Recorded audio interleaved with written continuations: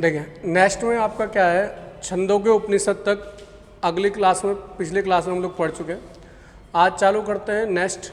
देखो दो तरह के आपके सिद्धांत होते हैं, एक होता है द्वैतवाद और एक होता है अद्वैतवाद।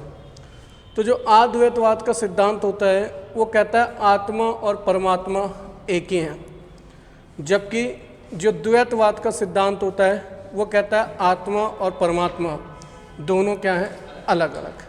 क्वेश्चन आएगा अद्वैतवाद का सिद्धांत किसने दिया, तो शंकराचार्य। विशिष्ट द्वैतवाद का सिद्धांत किसने दिया, रामानुज ने। इसके बाद अगर हम बात करें, बात आती है वेद के ऊपर।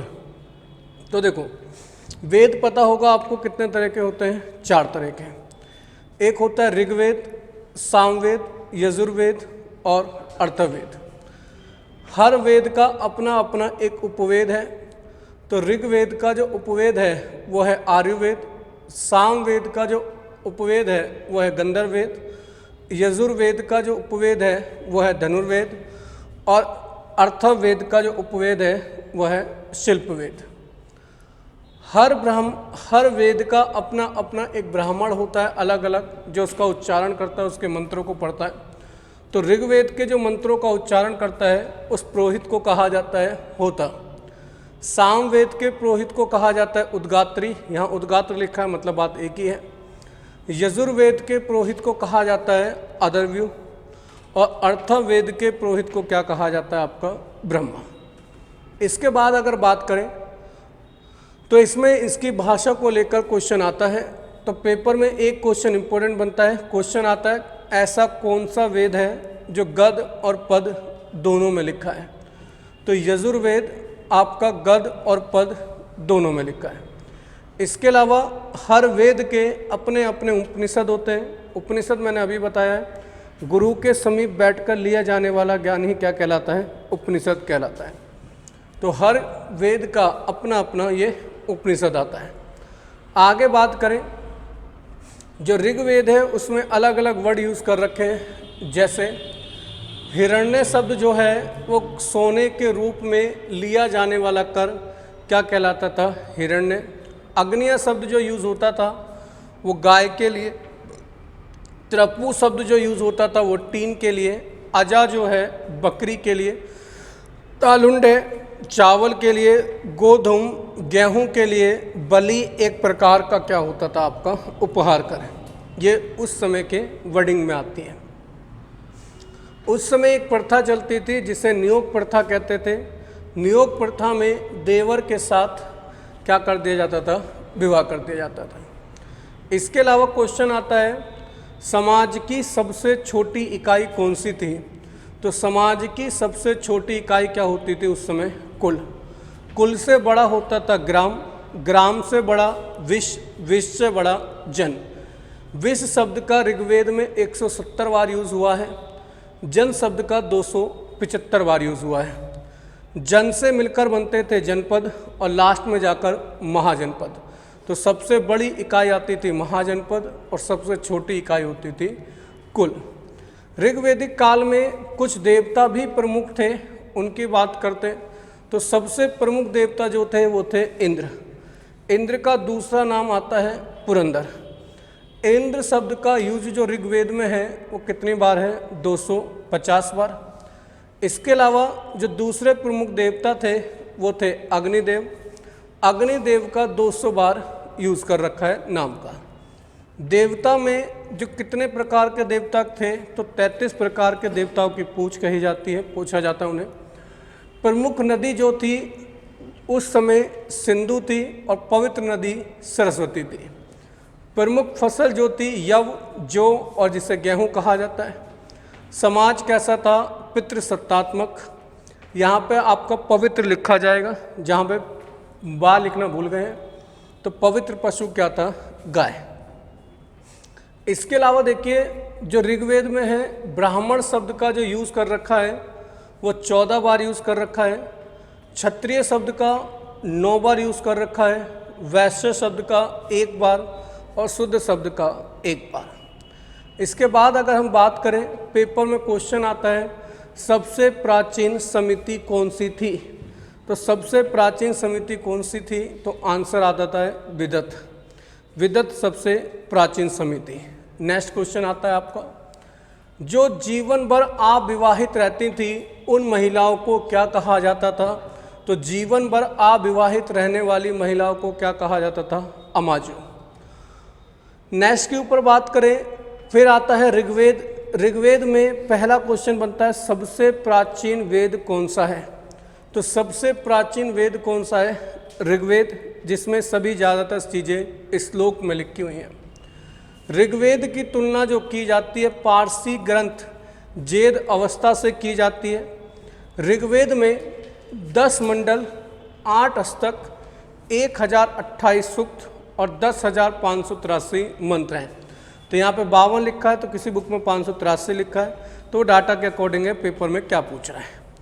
हर जो मंडल है 10 के 10 मंडल, उनको अलग अलग ऋषियों ने मिलकर लिखा है। तो तीसरा जो मंडल लिखा है वो विश्वामित्र ने लिखा है। जैसे 7वां मंडल वशिष्ठ ने लिखा है, 8वां मंडल अंगीरा ने लिखा है। नेक्स्ट की बात करें, सबसे प्राचीन मंडल कौन से आते हैं? तो सबसे प्राचीन जो मंडल हैं वो दूसरे मंडल से लेकर 7वें मंडल तक सबसे प्राचीन मंडल है। और दूसरे मंडल से लेकर 7वें मंडल तक को क्या कहा जाता है? परिवार मंडल या वंश मंडल। तीसरे मंडल की अगर हम बात करें तो तीसरे मंडल को बोला जाता है, इसमें आपका गायत्री मंत्र का उच्चारण है। गायत्री मंत्र सूर्य देवता को समर्पित है। किसी किसी बुक में सविता नामक देवी भी लिखा हुआ होता है, ठीक है। तो वो भी आपका ये ऑप्शन बेस है, क्वेश्चन किस पर आ जाता है। इसके अलावा जो ऋग्वेद का 8वां मंडल है उसमें वरुण देवता को समर्पित मंडल है। 9वां मंडल जो है ये सोम देवता को समर्पित है। सोम देवता को वनस्पति का देवता भी कहा जाता है, ये ध्यान रखना। अगला आता है 10वां मंडल। ऋग्वेद के 10वें मंडल में 2 प्रकार की सुक्ति का वर्णन। सुक्ति का मतलब होता है कर्म व्यवस्था। एक है आपकी पुरुष सुक्ति। पुरुष सुक्ति में 4 वर्णों के बारे में बताया गया है। पहला है जो 4 वर्ग थे समाज में, पहला वर्ग ब्राह्मण, दूसरा क्षत्रिय, तीसरा वैश्य, चौथा शूद्र। कहा जाता है कि जो ब्राह्मण जाति है उसका जन्म जो हुआ है ब्रह्मा के मुख से, और ब्राह्मण शब्द का यूज़ 14 बार किया गया है ऋग्वेद में। ब्रह्मा के भुजा से क्षत्रिय उत्पन्न हुए, क्षत्रिय शब्द का यूज़ 9 बार किया गया है। ब्रह्मा के जांग से वैश्य का जन्म हुआ, वैश्य जाति का, इसका यूज़ 1 बार हुआ है। और नाखून से शूद्र का हुआ, जिसका ऋग्वेद में 1 बार हुआ है। इसके अलावा दूसरी सुक्ति जो दे रखी है वो दे रखी है नदियों के बारे में। तो नदियों की बात अगर हम बात करें तो ये नदियों का प्राचीन नाम आता है। तो आपको मेन में जो नदी याद रखनी है, जैसे याद रखना है झेलम का प्राचीन नाम क्या था? वितिस्ता नदी। इसके अलावा आपको और याद रखना है आपका रावी का प्राचीन नाम क्या था? परुष्णी नदी। चिनाब का अस्किनी, सतलुज का सहोदरी। तो ये 3, 4, 5 नाम जो मैंने बताए हैं इनको याद रखना, ठीक है। नेक्स्ट के ऊपर बात करते हैं। क्वेश्चन आता है कि पहली जाति कौन सी थी? तो पहली जाति थी चंडाल। जो पहली जाति थी वो कौन सी थी? चंडाल। आगे बात करें, हमारे यहाँ पर देश में विदेशी लोग भी आए। तो विदेशी लोगों में जो माना जाता है आर्य लोग हमारे भारत में आए। तो आर्य जो लोग आए वो हर व्यक्ति के अकॉर्डिंग अलग अलग जगह से माने जाते हैं। तो आर्य कहते हैं कि बाल गंगाधर तिलक ने आर्यों को बताया कि जो आर्य आए थे वो उत्तरी भारत से आए थे। जो आर्य आए थे वो उत्तरी भारत से आए। दयानंद सरस्वती ने बताया कि ये लोग कहाँ से आए थे? तिब्बत से आए थे। दयानंद सरस्वती ने बताया ये कहाँ से आए थे? तिब्बत से आए थे। मैक्स मूलर ने बताया ये कहाँ से आए थे? मध्य एशिया। तो ये ध्यान रखना, हर किसी का अलग अलग स्टेटमेंट आता है। पेपर में डायरेक्ट क्वेश्चन आएगा, बाल गंगाधर तिलक ने आर्यों को कहाँ से बताया कि ये कहाँ से आए थे? तो उत्तरी ध्रुव। दयानंद सरस्वती ने इन्हें कहाँ से बताया, तो आंसर आएगा तिब्बत। मैक्स मूलर ने इन्हें कहाँ से बताया, तो मध्य एशिया। तो ये तीनों चीज़ें याद रखना। अब देखो, जो इनके गुरु थे उच्च वर्ग के थे विश्वामित्र, निम्न वर्ग के थे वशिष्ठ। दोनों के बीच में परुष्णी नदी, रावी नदी को लेकर दोनों के बीच में क्या हो गया, विवाद। अब हुआ क्या, जो आर्य समाज के भरत कबीले में राजा सुदास थे, उन्होंने विश्वामित्र की जगह किसको बुला लिया, वशिष्ठ को, जिसके कारण विश्वामित्र क्या हो गए, नाराज, और वो सुदास को हराने के लिए आए और एक युद्ध हुआ, और उस युद्ध को बोला जाता है दासराग युद्ध। दासराग युद्ध परुष्णी नदी के किनारे हुआ था, और इसमें जो विजय हुई वो किसकी हुई थी, सुदास की। आगे बात करें, जो सुदास थे, क्वेश्चन आता है किस वंश के थे, तो सुदास जो थे त्रिशु वंश के राजा थे। दासराग युद्ध का वर्णन कौन से मंडल में मिलता है, तो दासराग युद्ध का वर्णन 10वें मंडल में मिलता है, ये आपको पता होना चाहिए। इसके अलावा भारत के विभिन्न नाम रखे गए, जैसे भारत का नाम सबसे पहले सिंधुस्तान था, उसके बाद जब आर्य आए तो इन्होंने भारत का नाम आर्यव्रत रख दिया। इन आर्यों में भरत कबीले के राजा जो थे भरत, उनके नाम पर भारत का नाम भारत पड़ा, फिर दोबारा सिंधुस्तान हो गया। फ्रांस के शासक जब डेरियस आए तो इन्होंने भारत पर हमला करा और भारत को क्या कहा, हिंदुस्तान।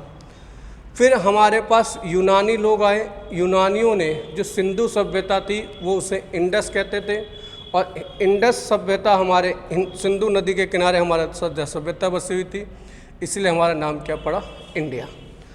इंडिया का ध्यान रखना, भारत के संविधान में आर्टिकल 1 में लिखा है India that is Bharat the union of state. आगे अगर हम बात करें, इसके अलावा जो सामवेद आता है, ये सभी चीज़ें ऋग्वेद के ऊपर थी। सामवेद जो आता है, सामवेद को भारत में संगीत का जनक कहा जाता है। सामवेद से ही हमें शिवलिंग की पूजा का वर्णन मिलता है। सबसे पहला वाद्य यंत्र, वाद्य यंत्र का मतलब होता है बजाने वाली चीज़, तो सबसे पहला वाद्य यंत्र किसे माना जाता है, वीणा को। ब्राह्मण ग्रंथ जो आता है सामवेद का, वो जैमिनी उपनिषद आता है, और इसके बाद जो अगला वेद पढ़ते हैं वो पढ़ते हैं यजुर्वेद। यजुर्वेद में, यजुर्वेद जो है वह यजुस शब्द से बना है, जिसका अर्थ होता है यज्ञ। इसका मतलब जितने भी कर्म कांड हैं उन सभी का किस में लिखा है, यजुर्वेद में। यजुर्वेद को 2 भागों में बांटा गया है, एक कृष्ण यजुर्वेद और एक शुल्क यजुर्वेद। तो यजुर्वेद में भी कृष्ण यजुर्वेद जो है वो गद और पद दोनों में लिखा हुआ है। आगे अगर बात करें, इसके जो ब्राह्मण ग्रंथ हैं यजुर्वेद के, एक है बृहदारण्यक, मैत्रेयी और तैत्तिरीय। राजा के प्रकार बताए गए हैं। जो राजा है वो 4 प्रकार के यज्ञ करता था। पहला यज्ञ बताया गया है राजसूय यज्ञ। तो जो राजसूय यज्ञ होता था राज्य अभिषेक के समय होता था। एक होता था अश्वमेध यज्ञ। जो अश्वमेध यज्ञ होता था वो अपनी शक्ति का प्रदर्शन करने के लिए किया जाता था। तीसरे नंबर पे किया जाता था वाजपेय यज्ञ। जो वाजपेय यज्ञ होता था वो बुद्धि बढ़ाने के लिए होने वाला यज्ञ होता था। फिर होता है अग्नि ओष्टम्यो यज्ञ। तो अग्नि देवता को बलि देने के लिए ये किया जाता था। इसके बाद आता है आपका गृहस्थों के द्वारा, जो गृहस्थ व्यक्ति होते थे उनके द्वारा जो किए जाते थे। जैसे पहला आता है ब्रह्म यज्ञ। ब्रह्म यज्ञ आता था गुरु को प्राप्त करने के लिए ब्रह्म यज्ञ किया जाता था। देव यज्ञ ईश्वर की प्राप्ति के लिए देव यज्ञ किया जाता था। इसके अलावा पितृयज्ञ। तो पितृयज्ञ आता था पूर्वजों की आत्मा को शांति देने के लिए। इसके अलावा निरप यज्ञ। जो निरय यज्ञ होता था अतिथि ईश्वर के रूप में आए इसके लिए किया जाता था। भूत यज्ञ सभी का कल्याण हो इसीलिए क्या कहा जाता था, भूत यज्ञ। इसके बाद आता है छुटंकी अर्थवेद। अर्थवेद की अगर बात करें तो अर्थवेद की जो रचना हुई थी, अर्थवेद की रचना अथर्वा और किसने करी थी? अंगिरस। अथर्वा और अंगिरस ने इसकी रचना करी थी। तो जितने भी जादू टोनों से रिलेटेड संबंधित बातें हैं वो आपकी अर्थवेद में आती हैं। इसके अलावा जो गोत्र शब्द है उसका उल्लेख तो आपको ऋग्वेद में मिलता है, मगर उसके बारे में संपूर्ण जानकारी आपको अर्थवेद से मिलेगी। इसके अलावा जड़ी बूटियों के बारे में जो जानकारी मिलती है वो सभी आपको किससे मिलती है? अर्थवेद से। अर्थवेद में ही अंगीरा ने कहा था, मैं कवि हूँ, मेरे पिता वैद्य हैं और माता अन्न पीसती हैं। ये ऋग्वेद के 9वें मंडल में कथन है और ये किसका है? अंगीरा का। अर्थवेद का एकमात्र ब्राह्मण ग्रंथ है जिसे गोपद कहा जाता है, और अर्थवेद का कोई भी आर्य ग्रंथ नहीं है। आर्य ग्रंथ का मतलब होता है जंगल में लिखे जाने वाले ग्रंथ। ठीक है, तो ये आपके वेदों से रिलेटेड क्वेश्चन आते हैं। इसके बाद करते हैं पुराणों की बात। तो पुराणों की संख्या, जो पुराणों के रचयिता माने जाते हैं, वो आंसर आता है पुराणों के रचयिता कौन थे? लोमहर्ष और उग्रश्रवा। पुराणों के रचयिता माने जाते हैं लोमहर्ष और उग्रश्रवा। ठीक है, पुराणों के रचयिता। इसके अलावा बात करें पुराणों की संख्या से पेपर में क्वेश्चन पूछा जाता है। तो पुराणों की जो संख्या है, पुराणों की जो संख्या है वो कितनी है? 18। पुराणों की संख्या कितनी है? 18। सबसे प्राचीन पुराण आता है मत्स्य पुराण। सबसे प्राचीन पुराण है मत्स्य पुराण। मत्स्य पुराण से हमें आर्ध सातवाहन वंश के जानकारी मिलती है, आर्ध सातवाहन।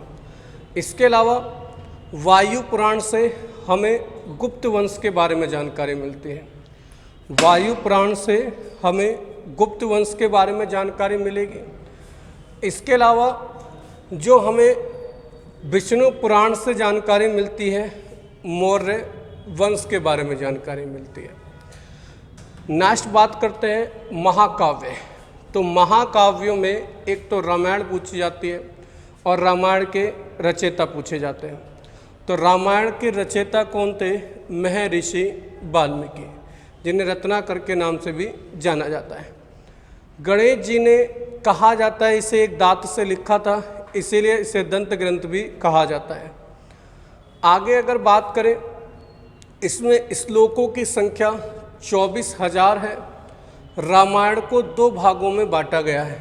एक होता है आदि रामायण, जिसके रचयिता मुसुंडी माने जाते हैं। राम जी का अवतार की जानकारी है। लंका शिव जी की थी की जानकारी वहाँ से मिलती है। हनुमान शिव जी के अवतार थे, ये जानकारी वहाँ से मिलती है। मगर जो चीज़ें मैंने हाईलाइट कर रखी हैं वही चीज़ आपको पढ़ के जानी, पेपर में ये सब चीज़ें नहीं आती जाता। अगला आता है आधुनिक रामायण। तो जो आधुनिक रामायण है उसके रचयिता वाल्मीकि को माना जाता है। वाल्मीकि ने कितने कांड के बारे में बताया है? 7 कांड। इसमें जो कांड है, बाल कांड, अरण्य कांड, अयोध्या कांड, सुंदर कांड, किष्किंधा कांड, युद्ध कांड और उत्तर कांड, इनके बारे में बताया गया है। फिर बात आती है महाभारत। तो महाभारत के जो रचयिता हैं, तो महाभारत के रचयिता हैं कृष्ण वेदव्यास आपके माने जाते हैं। वेदों के रचयिता को क्या कहा जाता है? दृष्टा कहा जाता है। महाभारत का प्राचीन नाम पूछा जाता है, तो महाभारत का प्राचीन नाम क्या है? जय संहिता। इसके अलावा बात करें, क्वेश्चन आता है एक स्मृति से। क्वेश्चन आएगा स्मृति का अर्थ क्या होता है? दैनिक जीवन जीने के नियम। तो डायरेक्ट क्वेश्चन आता है सबसे प्राचीन स्मृति कौन सी है? तो सबसे प्राचीन स्मृति कौन सी है? मनु स्मृति।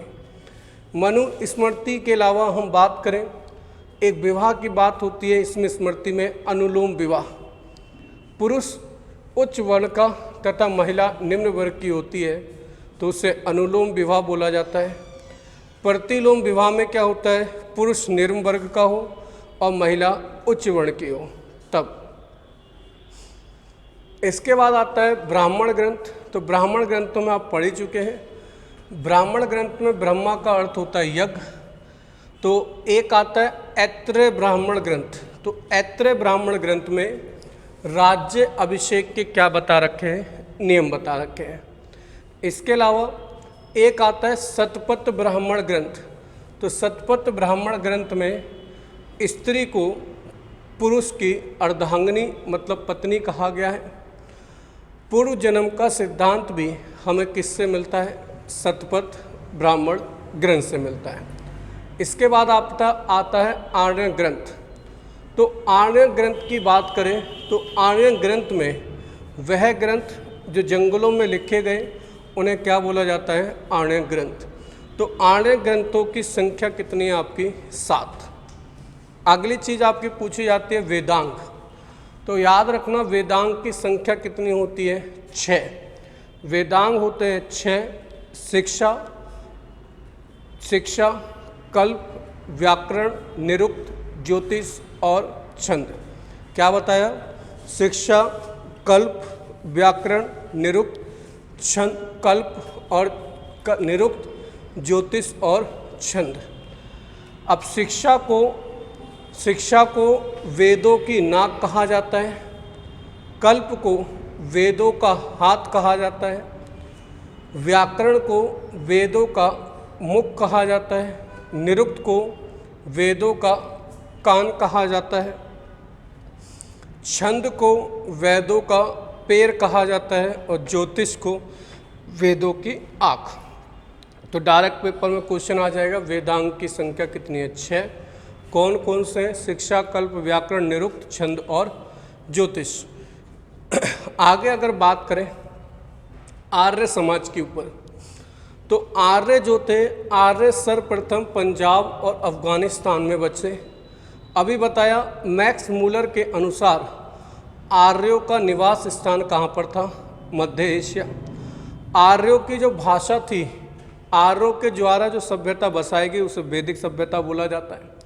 आर्यों की जो भाषा थी उसे क्या बोला गया, संस्कृत भाषा थी उनकी। आर्यों में जो गांव का मुखिया होता था उसे ग्रामीण, विश्व का मुखिया जो होता था उसे विश्वपति, जन के जो शासक होते थे उन्हें राजन कहा जाता था। इसके अलावा जो पुरुष है वो शब्द दुर्गपति के लिए, स्पंश जो था जनता की गतिविधियों पर देखरेख रखने वाला कौन होता था, गुप्तचर। जो बाजपति होता था वो गोचर भूमि, गोचर मतलब जहाँ पे चराने का, गोचर भूमि का अधिकारी होता था। उग्र जो होता था वो अपराधियों को पकड़ने का कार्य करता था, जैसे पुलिस। और जो युद्ध होते थे, युद्ध में कबीले का नेतृत्व राजा करता था। और युद्ध के लिए जो शब्द यूज होता था वो गविष्ट शब्द यूज होता था। गविष्ट का मतलब होता है गायों की खोज, मतलब गायों की खोज के लिए ये युद्ध होते थे। आर्य को जो समाज था वो पितृ प्रधान समाज था, मतलब पिता लोगों की ज़्यादा चलती थी।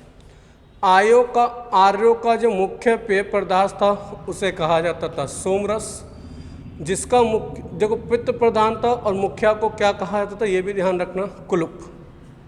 आगे देखिए जो मुख्य क्या, सोमरस का मतलब होता है आप दारू जो पीते हैं उस टाइम सोमरस चलता था। अब आप अलग अलग वैरायटी की पी सकते हैं, वो आपके ऊपर है, मगर उस टाइम सोमरस ही मंदिरा को कहा जाता है। आगे देखिए आर्यों का जो प्रमुख व्यवसाय है, पूरे किताब पढ़ते हुए आ गए, 19 पेज पढ़ चुके हैं, बस इन्हें सोमरस पे आके रुके, देख लो ये क्वालिटी की चीज़ तो अपने आप ही छान लेते हैं। पूरी में कहीं भी कुछ नहीं पूछा है, मगर सोमरस पे आके भाई सुई अटक गई। देख रहे हो, हाँ वही तो कह रहा हूँ। अगला देखिए आर्यों का जो मुख्य व्यवसाय था वो था पशुपालन और कृषि। आर्यों का प्रिय पशु घोड़ा और प्रिय देवता इंद्र थे। आर्यों के द्वारा जो खोजी गई धातु थी उसका नाम आता है लोहा, जिसे ये श्याम अयस्क कहते थे, और तांबे को ये लोग लोहित अयस्क के नाम से जानते थे। इसके अलावा जो ब्याज पर पैसा देता था सूदखोर, उसे बैंक नोट कहा जाता था। सबसे पवित्र नदी जो मानी जाती थी सरस्वती बताया गया है। गंगा का सिर्फ एक बार यूज़ हुआ है, यमुना का 3 बार और सबसे ज़्यादा बार उल्लेख किसका है, सिंधु नदी का। जैसे ही वैदिक सभ्यता बीतती गई, उत्तर वैदिक काल में इंद्र की जगह किसने ले ली, प्रजापति ने ले ली। उत्तर वैदिक काल में जो हल था, यहाँ पे हल लिखना, हल को शिरा और हल रेखा को क्या कहा जाता था, सीता कहा जाता था। यहाँ पे हल आएगा, बल नहीं है, ये हल है। हल को शिरा और हल रेखा को क्या कहा जाता था, सीता कहा जाता था। उत्तर वैदिक काल में जो मुद्रा चलती थी वो निक्स और सातवाहन चलती थी। इसके अलावा यहाँ पर अलग अलग देवता थे। जो 2 देवता थे वो आकाश के देवता थे, सबसे प्राचीन माने जाते हैं। उषा जो थी प्रगति और उत्थान की देवता थे। अश्विन जो थे वो विपत्तियों को हरने वाले देवता, और मारुत आंधी और तूफान के देवता कहे जाते थे। इसके अलावा देखो, हमें विदेशी यात्रियों से भी बहुत सी चीज़ें मिलती हैं इतिहास के बारे में जानने को। जैसे हेरोडोटस, तो हेरोडोटस को आपको पता है, सबसे पहले यही पढ़ाया। हेरोडोटस को इतिहास का पिता कहा जाता है और हेरोडोटस ने पुस्तक लिखी थी हिस्टोरिका। इसके अलावा अगले जो इतिहासकार आते हैं वो मेगास्थनीज। मेगास्थनीज से क्वेश्चन आता है, मेगास्थनीज कौन था? तो मेगास्थनीज जो था वो सेल्यूकस निकेटर का क्या था, राजदूत। सेल्यूकस निकेटर का राजदूत था। फिर क्वेश्चन आता है किसके दरबार में आया था? तो मेगास्थनीज जो आया था वो चंद्रगुप्त मौर्य के दरबार में आया था। इसने कौन सी पुस्तक लिखी थी? तो इसने पुस्तक लिखी थी इंडिका। तो मेगास्थनीज से 3 क्वेश्चन आते हैं। पहला, मेगास्थनीज किसका राजदूत था? तो आंसर आता है सेल्यूकस निकेटर का। मेगास्थनीज किसके दरबार में आया था? तो चंद्रगुप्त मौर्य के दरबार में आया। इसने पुस्तक कौन सी लिखी थी? तो इंडिका। आगे आता है डायमेकस। तो डायमेकस जो था वो सीरियन नरेश आंटियोकस का राजदूत था, और ये जो दरबार में आया था ये आया था बिंदुसार के दरबार में। इसके अलावा आता है पिलनी। पिलनी की सिर्फ एक बुक ही पूछी जाती है, नेचुरल हिस्ट्री। आगे बात करें चीनी लेखकों में, जो अभी तक हमने बात करें ये यूनानी लेखक थे, सभी यूनानी और रोमन लेखक। अगर आप बात करते हैं चीनी लेखक में, तो चीनी लेखक में एक नाम आता है फैयान। फैयान जो आया था वो चंद्रगुप्त द्वितीय के दरबार में आया। इनकी रचना याद रखना, रचना आती है की यू की रचना इसकी है, और हुएंगसोंग की है CU की। क्वेश्चन आता है हुएंगसोंग किसके दरबार में आया था? तो बस इतना याद रखना, हर्षवर्धन के दरबार में आया। ये सारी डिटेल याद नहीं रखनी, पेपर में इतना नहीं पूछेगा। और हुएंगसोंग कहाँ पर आया था? बिहार में नालंदा विश्वविद्यालय में ये रहा था। रचना कौन सी थी? CU की पूछा जाता है तो वो आती है आपकी फैयान की, फैयान की, हुएंगसोंग की, CU की। आगे देखो कल्हण की पुस्तक पूछी जाती है। तो कल्हण की जो पुस्तक थी उसका नाम था राज तरंगिणी। कल्हण की पुस्तक जो थी उसका नाम था राज तरंगिणी, और इस पुस्तक में कल्हण ने कश्मीर के इतिहास के बारे में लिखा। इसके बाद अगला व्यक्ति आता है अष्टाध्यायी। अष्टाध्यायी ने जो पुस्तक लिखी थी, अष्टाध्यायी पुस्तक का नाम है शायद, अष्टाध्यायी पुस्तक का नाम है, हाँ। अष्टाध्यायी संस्कृत भाषा की प्रथम व्याकरण पुस्तक है, और अष्टाध्यायी पुस्तक के जो लेखक थे वो कौन थे? पाणिनि। फिर इसके बाद अगली पुस्तक आती है अर्थशास्त्र। अर्थशास्त्र की बात करें तो अर्थशास्त्र जो पुस्तक लिखी थी वो लिखी थी कौटिल्य ने, चाणक्य ने, विष्णुगुप्त ने। ये सभी एक ही व्यक्ति के नाम हैं, ठीक है, तो ये ध्यान रखना। इसके अलावा जो कौटिल्य था वो चंद्रगुप्त मौर्य का क्या था? प्रधानमंत्री। इसके अलावा देखो और जो क्वेश्चन पूछा जाता है, विशाख दत्त ने कौन सी पुस्तक लिखी थी? मुद्रा राक्षस। सोमदेव ने कथा सरित सागर। और क्षेमेंद्र ने बृहत कथा मंजरी। इससे हमें किस काल का पता चलता है? मौर्य काल का। इसके अलावा पतंजलि ने पुस्तक लिखी थी महाभाष्य। कालिदास की सभी पुस्तकें ज़्यादातर इम्पोर्टेंट आती हैं, तो कालिदास ने मालविकाग्नि मित्र के नाम से पुस्तक लिखी, जिससे हमें शुंग वंश के इतिहास के बारे में पता चलता है। इसके अलावा बात करें, सोमेश्वर ने रसमाला तथा कीर्ति को मुदगी लिखी, ये इम्पोर्टेंट पुस्तक आ जाती है। इसके अलावा देखो बुद्ध धर्म के बारे में जो पता चलता है, बुद्ध चरित्र के जो लेखक थे वो अश्वघोष, हर्ष चरित्र के जो लेखक थे वो बाणभट्ट। इसके अलावा बात करें, अरब के लोगों ने अरब में सिंध का इतिहास का जो फारसी में अनुवाद है वो क्या कहलाता है? चचनामा। टेसियस से क्वेश्चन आता है, टेसियस कौन था? तो ईरान का वैद। अरबी लेखकों में जो इम्पोर्टेंट आता है वो अल बरूनी आता है। अल बरूनी किसके साथ आया था? तो महमूद गजनबी के साथ आया भारत में, और इसने पुस्तक लिखी थी तहकीक हिंद, जिसे किताबुल हिंद के नाम से जाना जाता है। तहकीक हिंद, जिसे किताबुल हिंद के नाम से जाना जाता है। आगे बात करें बौद्ध साहित्य। बौद्ध साहित्य ग्रंथ जो होते हैं, नहीं इसमें कौन नहीं देख लेंगे, नहीं होगा तो लिख लेना, एक आधी तो पेज होगा, एक ही पेज के मतलब एक तो पहले पेज पे, पीछे की साइड एक पूरा पेज पे, तो वो देखा नहीं ना तुम लोगों ने, कोई नहीं, हो जाते हैं कभी कभी गलती, इतने जब 282 पेज लिखे जाते हैं तो हो जाती है, लिख लेने से कोई दिक्कत नहीं है, PDF डाल दूँगा उसमें देख लेना। बौद्ध साहित्य की बात करें तो बौद्ध साहित्य में सबसे प्राचीन जो बौद्ध साहित्य आता है वो आता है त्रिपिटक। पिटक शब्द का जो अर्थ है वो है टोकरी। पिटक शब्द का जो अर्थ आता है वो है टोकरी। सबसे प्राचीन जो बौद्ध ग्रंथ है त्रिपिटक, इसमें 3 पिटक जो है वो आते हैं, सुत्त पिटक, विनय पिटक और अभिधव पिटक। सुत्त पिटक में बात करें तो सुत्त पिटक में क्या लिखा है? तो सुत्त पिटक में बुद्ध के धार्मिक विचारों के बारे में तथा वचनों के बारे में लिखा है। सुत्त पिटक के जो लेखक आते हैं वो कौन आते हैं? आनंद। देखो कितने आनंद से पढ़ रहे हैं बालक, लोट लोट के पढ़ रहे हैं, जैसे स्टोरी चल रही है यहाँ पे। हाँ, सही बात है। बता दो मालिश करने वाले 2-4 लोग बुला लें तुम्हारे लिए। तो सुत्त पिटक के जो लेखक हैं वो कौन है? आनंद।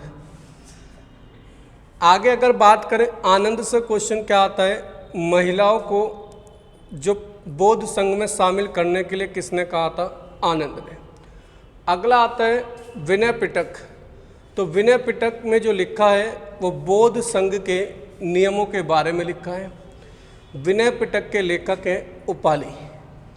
अभिधम पिटक बौद्ध दर्शन के बारे में लिखा है और इसको लिखा था मोगली पुत्र तिष्य ने। जातक में बुद्ध की पूर्व जन्म की कथाओं के बारे में लिखा हुआ है। निकाय जो है बौद्ध धर्म के सिद्धांतों के बारे में लिखा है। इसके अलावा प्राचीन बौद्ध जो जितने भी ग्रंथ लिखे गए हैं वो किस भाषा में लिखे गए? पाली। तो क्वेश्चन आता है बौद्ध ग्रंथों की भाषा क्या थी? पाली। और जैन ग्रंथों की भाषा क्या थी? तो आता है प्राकृत। बौद्ध की पाली, जैन की प्राकृत। देखो जैन में जो आपके ज़्यादातर पूछे जाते हैं, नीचे जाकर आएगा भी। इसके अलावा देखो जो बुद्ध घोष थे उन्होंने अलग अलग चीज़ें लिखी, जैसे बौद्ध धर्म के उन्होंने हीनयान शाखा के बारे में लिखी, विशुद्धमक, इतनी ज़्यादा पेपर में नहीं आती है। नागसेन की पुस्तक पूछी जाती है, मिलिंद पन्हु। नागसेन की मिलिंद पन्हु इन्होंने लिखी थी। यूनानी राजा मियांडर और बौद्ध भिक्षु नागसेन के बातों के बीच में। इसके अलावा अगुंतर निकाय या आएगा। अगुंतर निकाय से भी हमें कितने महाजन पदों के बारे में जानकारी मिलती है? 16। डायरेक्ट क्वेश्चन आएगा। 16 महाजन पदों की जानकारी किस में है? तो आंसर आएगा अगुंतर निकाय से। जो पेज ना हो उसे लिख लेना, ठीक है। एक आध पेज गलती हो ही जाता है, इसलिए लिखा होता है। किसी भी पुस्तक की त्रुटि के लिए प्रकाशक जिम्मेदार नहीं है। अगर किसी को कोई समस्या है तो कहाँ आकर मिले, हम नहीं बताएंगे, ढूंढते रहो। अच्छा, विष्णु से मिले तो इसका मतलब मोक्ष की प्राप्ति करनी पड़ेगी। इसके अलावा देखो जैन साहित्य, जैन साहित्य में पहली चीज़ पूछी जाती है आगम। आगम क्या है? तो सीधा आएगा जैन साहित्य को क्या कहा जाता है? आगम। और आगम जो है उनमें कितने अंगों के बारे में लिखा है? 12। एक आता आचारंग सूत्र।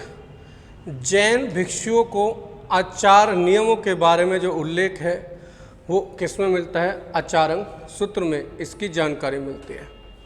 इसके बाद अगर हम बात करें कल्प सूत्र से पुस्तक सीधे आता है। कल्प सूत्र के रचयिता कौन थे? भद्रबाहु। कल्प सूत्र पुस्तक के रचयिता थे भद्रबाहु। और जैन ग्रंथ किस भाषा में लिखे थे? प्राकृत भाषा में।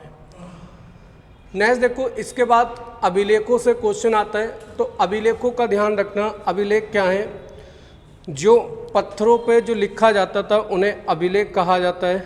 अभिलेख क्वेश्चन आएगा सबसे प्राचीन अभिलेख कौन सा है? तो सबसे प्राचीन अभिलेख है बोगजकोई अभिलेख, जो मध्य एशिया से मिला है। इसमें 4 देवताओं के बारे में जिक्र है, इंद्र, मित्र, वरुण और नासत्य। इंद्र, मित्र, वरुण और नासत्य। ये विश्व की बात हो गई। अगर भारत में पूछेगा तो भारत में जो सबसे प्राचीन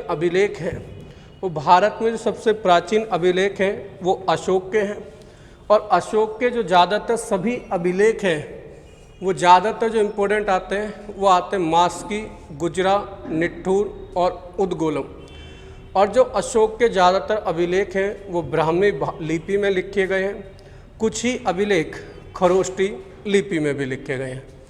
आगे बात करें तो जो अशोक था, इसने अभिलेख लिखने की जो प्रेरणा ली थी वो किससे ली थी?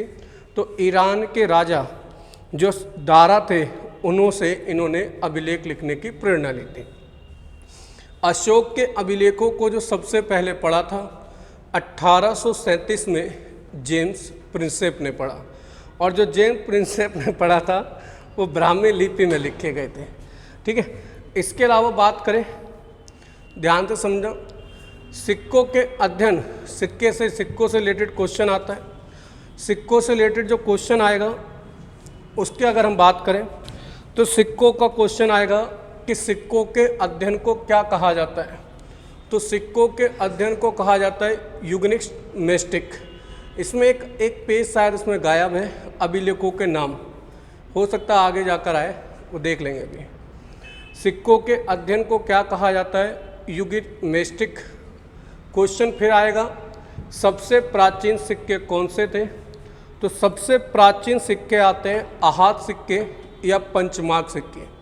जो पहले के सिक्के बनाए जाते थे 5-5 धातुओं के मिलकर बनाते थे। अगला क्वेश्चन आता है सबसे ज़्यादा सिक्के किस काल में के मिलते हैं? तो सबसे ज़्यादा सिक्के मिलते हैं मौर्योत्तर काल के।